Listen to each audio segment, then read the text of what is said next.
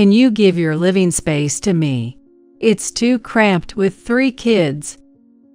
Suddenly, with her kids in tow, Amy showed up at the 2-family home where my spouse and I were living with my in-laws. At Amy's outrageous request, both my husband Sean and I were stunned. Facing our speechlessness, the in-laws also sided with Amy. The place you guys are living in, isn't it too big for just the 2 of you? Giving it up to this girl with 3 growing kids is just common decency, isn't it? You 2 would be fine in a storage room.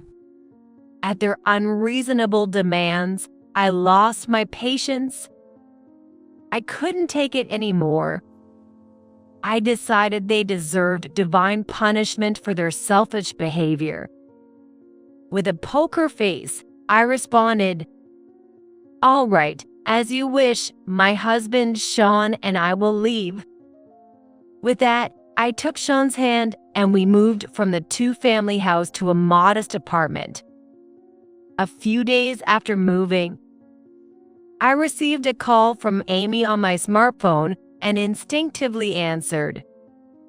What hit my ears was Amy's voice, sounding desperate and angry. What's the meaning of this? I got a notice from the real estate agent to vacate. You know something about this.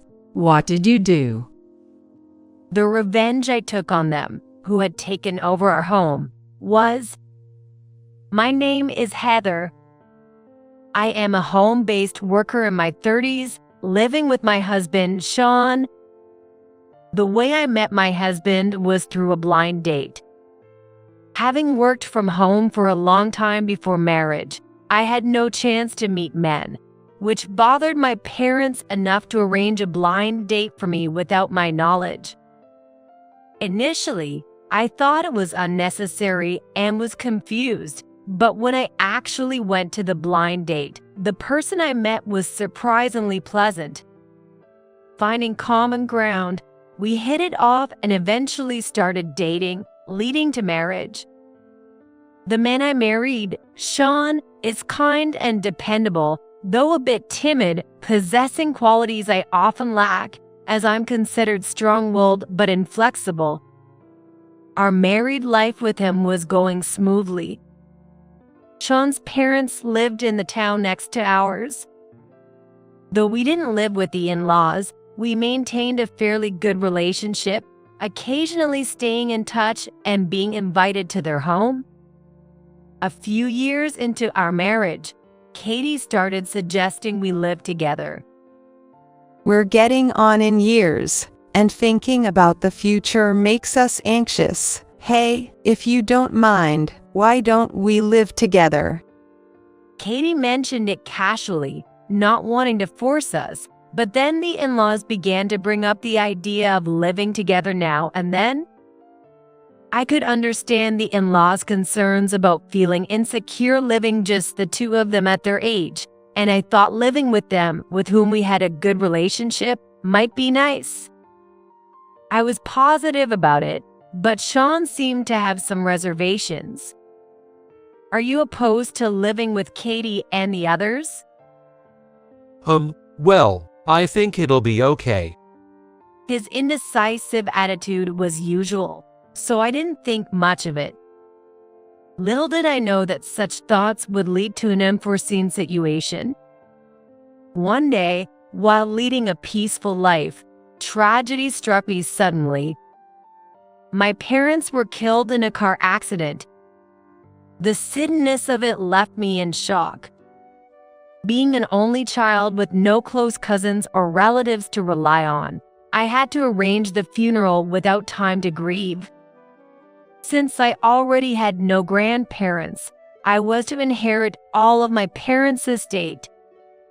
I had acquired a considerable amount of assets and my parents' land and house, but the grief of losing my parents and the business of the procedures made it impossible for me to be honestly happy. During this tough time, my kind husband, Sean, was always there supporting me. And the in-laws, too, showed empathy towards me, unable to express my feelings freely. Heather, it's okay to cry when you're sad. Losing your biological parents so suddenly, it's natural to feel sorrow. I understand there's a lot you need to do, but you must first accept your feelings. Katie told me, making me realize I hadn't cried since my parents passed away. Finally, I was able to cry my heart out. Even after the funeral and inheritance issues were settled, the in-laws seemed more concerned about me, visiting our home more often and bringing gifts. If it bothers you, feel free to say no. Katie laughs at this, but I felt very comforted by the presence of my parents-in-law, who were so kind and concerned about me. I gradually came to think of my parents-in-law as my real parents, who were there for me and worried about me. Then one day, while having tea and chatting at our home, Katie brought up the subject of living together again after a long time. Hey, about the living together thing we talked about before. Even though Sean is with you, you must feel lonely losing your parents. Heather, would you seriously consider living with us? We really want to live with you and Sean. Of course, we can wait until you feel ready, but could you start thinking seriously about it soon? With earnest expressions, the in-laws made the proposal again, warming my heart. After they left, I discussed it with Sean, who was back from work.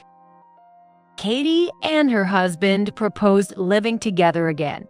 We have to deal with my parents' house, and I was thinking maybe it's a good opportunity to build a new home for us to live together. What do you think, Sean?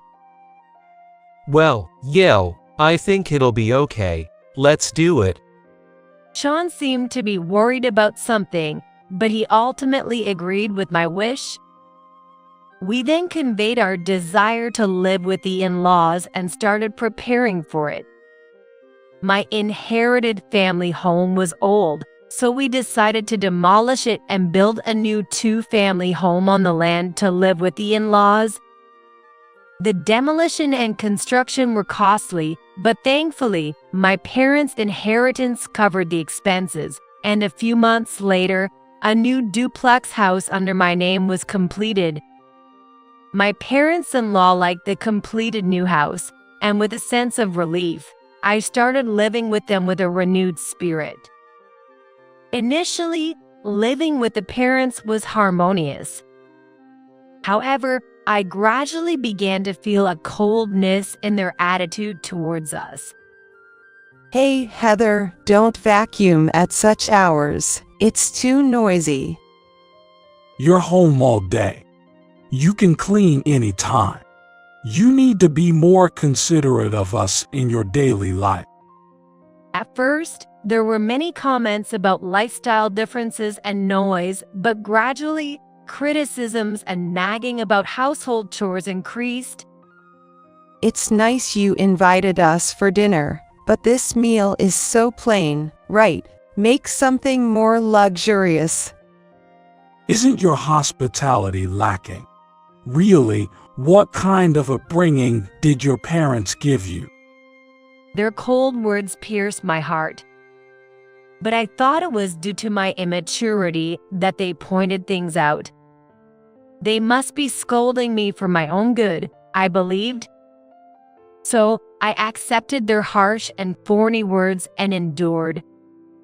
Even so, the sudden change from their previously kind and warm attitude gradually depressed me. When I vented to Sean, it seemed he had some realization. I thought as much. No, Heather, it's not your fault. You're managing both work and home perfectly and are the ideal wife for me, so don't worry about what my mom says. Sean's smile and words slightly healed my heart, hurt by the in-laws' attitude. Still, it seemed hard for Sean to speak up or oppose the in-laws, and the fundamental issue remained unresolved. Gradually, the in-laws' cold treatment escalated beyond words and behavior. They stopped contributing to the shared expenses for utilities and living costs that they had previously split with us. You and Sean are working, so you have money, right? Asking us, who live on our pensions, to pay is not nice, don't you think? When did you become such ungrateful children? With no comeback to such accusations, we had no choice but to cover the in-laws' share of the living and utility expenses. Then one day, something shocking happened. My husband was cheating on me, so I divorced him. That's why you gotta let us live here too. Amy said this and came barging into our home with her 3 still young children in tow. Sean and I were perplexed, but the in-laws welcomed Amy and her children. This is your home too. Why would we say no? We're more than happy to live with our grandkids. What a terrible has been to cheat like that. You must be exhausted. Come in and rest first. Yay, thanks. We'll make ourselves at home. Without even trying to get our consent, who were supposed to be co-living, the in-laws joyfully welcomed Amy and her children. It would have been one thing if it was just a temporary visit, but to move in without our consent. I was hardly convinced and cautiously approached Katie. Well, Katie, suddenly living with Amy and all, it's a bit. Hearing this, Katie glared at me with a cold voice, thinking I was against living with Amy.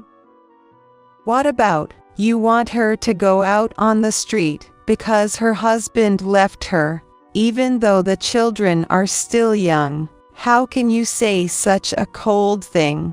Are you still a human being? Katie snapped at me. I hurriedly tried to correct the misunderstanding, but Katie wouldn't listen. No, that's not what I meant. I just wish we had been consulted about living together, that's all. What's the difference? You're just against living with them. After all, they're going to live in our part of the house, so your consent isn't needed. Mind your own business. With that, Katie slammed the door leading to the in-laws' living space. Left alone, I was dumbfounded by Amy and the in-laws' unreasonable actions and arguments. Living together with Amy and her children, which started by default, was terrible, to put it mildly. Amy's children would barge into our living space, running around and breaking things. Despite repeatedly telling them not to enter our room and asking Amy to scold them, I was only rebuffed.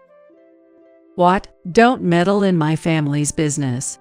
And don't you dare scold my kids. It's not that I was scolding them. I just wish they'd learn not to carelessly move between our living spaces or make noise in someone else's home. At least some basic rules. That's being bossy. You let me live in your mother's house. Who do you think you are? Amy yelled with a flushed face and then slammed the door to the in-laws' living area. Apparently, Amy was under the mistaken belief that the house belonged to the in-laws, but I couldn't correct her. In the end, Amy's children's behavior didn't improve. They would intrude into my office and disrupt my work, making both my personal and professional life increasingly stressful. While observing the children, I noticed something. At first glance, the children looked neat, but upon closer inspection, they had numerous cavities and their nails were bitten and ragged, showing neglect in their care, including their lack of manners. It seemed Amy wasn't really looking after the kids properly. The in-laws, perhaps too indulgent with their grandchildren, didn't seem to pay much attention either. Ever since Amy and her kids came, our lives have been a mess. I'm reaching my limit. Exhausted by the daily chaos, Sean finally confided in me his long-held concerns. It appeared the in-laws had always favored Amy, leaving Sean feeling neglected. However, the in-laws maintained a good facade outside, never letting anyone perceive the family discord or their true nature, and were always regarded as a close-knit family of 4. Sean said that he moved out and started living alone when he got a job, and since then, the in-laws' attitude softened, showing more kindness and consideration. This behavior continued even after I married Sean, and they were also kind to me, so I thought they had changed for the better. But their behavior since we started living together was the same as Sean's childhood experiences. While the in-laws doted on Amy, they ignored Sean, even looking down on him and treating him coldly. This attitude became more evident after they accepted Amy moving in, convincing Sean that the in-laws hadn't changed at all. It seems that my parents' true nature shows depending on whether we live together or not. They are kind and perfect to everyone outside, as long as we don't live with them. But their real attitudes are what we've seen since living together. I'm sorry for not realizing this sooner and making you suffer, Heather. He said with teary-eyed and apologized. I was shocked by Sean's revelation. I couldn't believe that the kind in-laws I knew before we lived together were just a facade, and they had always looked down on us. Though I had started to suspect something was off with the recent attitudes of the in-laws and Amy, facing the reality was still painful. However, silent as he was about it, Sean was a victim too. I couldn't bring myself to be angry with him. Thank you for telling me. Sean, it's not your fault, so don't apologize. Knowing the true nature of the in-laws, I felt the inferiority I had towards them disappear. Secretly, I began making preparations to escape from the in-laws and Amy whenever necessary. A few weeks later, on a day off while Sean and I were relaxing in the living room, Amy made an outrageous suggestion. It's too cramped here for the kids to play freely, since this is where Mom and Dad live. So give us your living space. Wait, are you saying we should leave our own home? Stunned by Amy's absurd claim, both Sean and I were speechless. Amy scoffed at us. Oh, look at you figuring it out. Yes, I'm telling you to get out. As I was lost for words, Katie came from behind Amy. The place you two are living in is too spacious for just the two of you, right? It's only natural to hand it over to this girl with 3 growing kids. Katie said with a smirk, prompting me to retort. That's outrageous. This is our home too. Where do you expect us to live? Not my problem. Live in a storage room or something. That should be enough for the two of you. Katie said dismissively, with Amy nodding in agreement. I felt my patience finally snap. I couldn't stand it anymore. They deserved to face consequences for their selfish actions.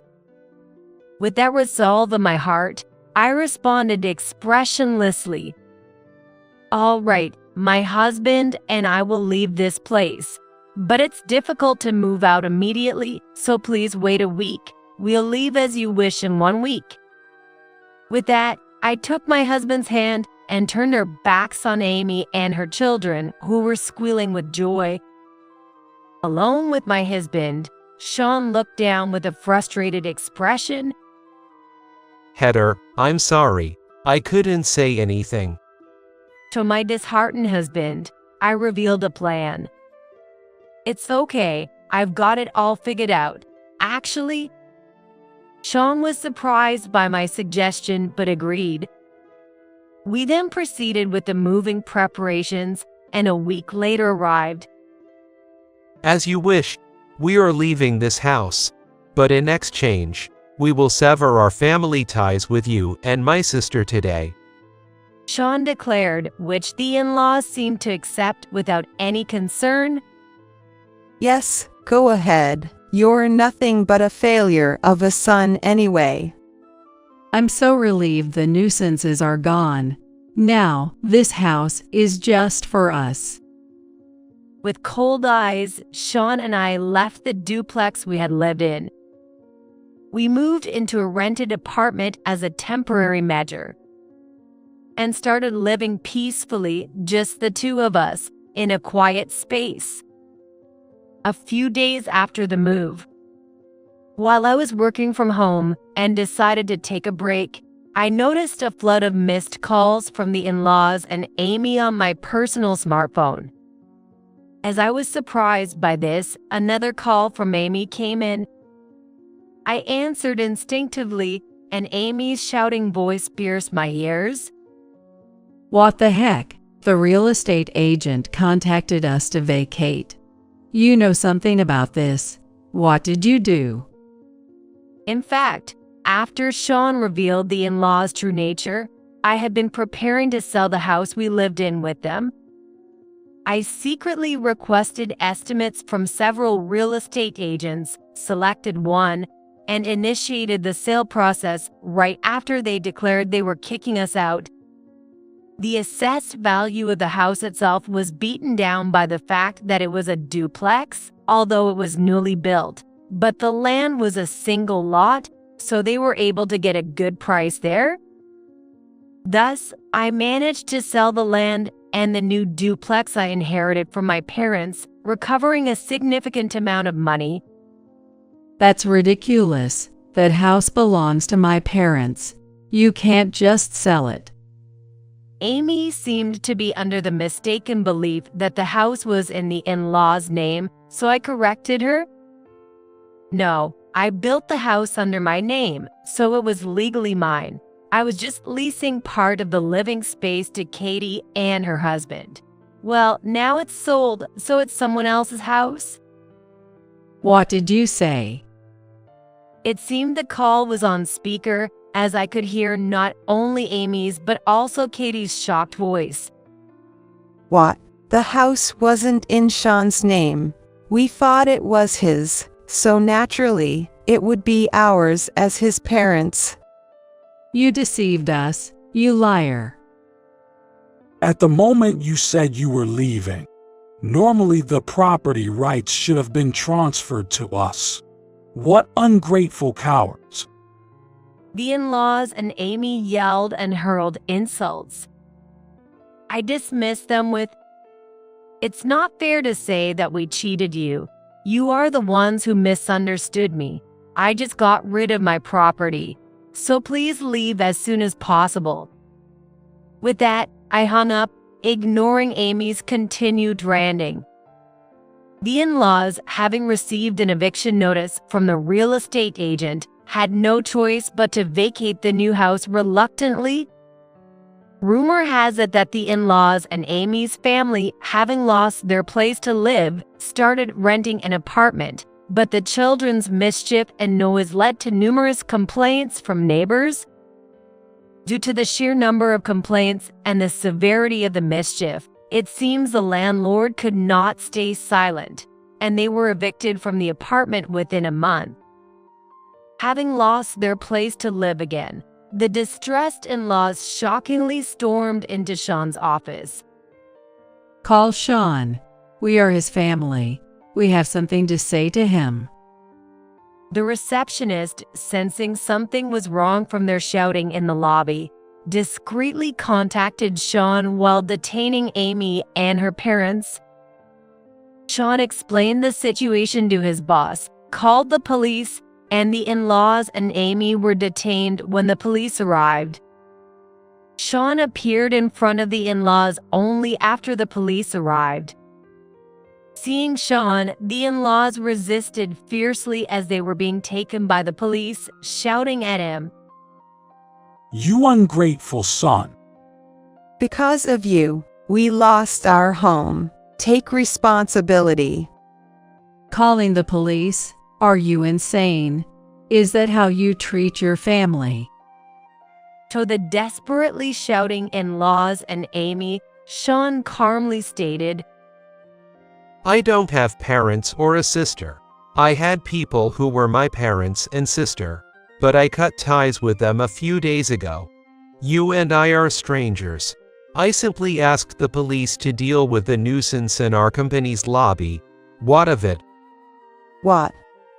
Stunned by Sean's words, the in-laws were speechless.